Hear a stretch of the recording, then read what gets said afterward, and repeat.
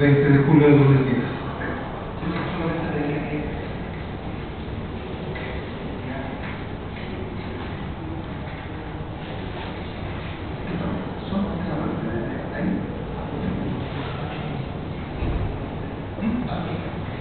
La primera Segunda página.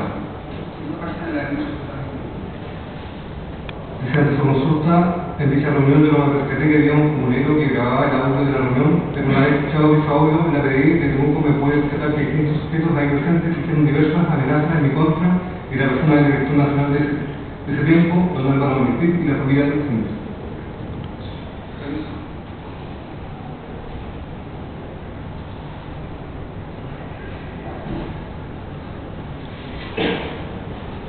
Ahora solo pedirle que le explique al tribunal entonces si el día de hoy dijo que no se había declarado, que lo habían amenazado a usted, que tampoco a la familia de Lucinda, porque aquí en la fiscalía dijo que sí. Pero la fiscalía dice que en el audio se escuchaba la amenaza. En la reunión propiamente tal dije que no había escuchado esos comentarios, o por lo menos no lo acordaba, pero evidentemente el audio sí aparecía, eso lo puedo correr. Pero usted